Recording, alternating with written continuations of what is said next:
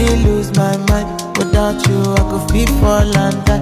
Without you, I could give up my life. Without you,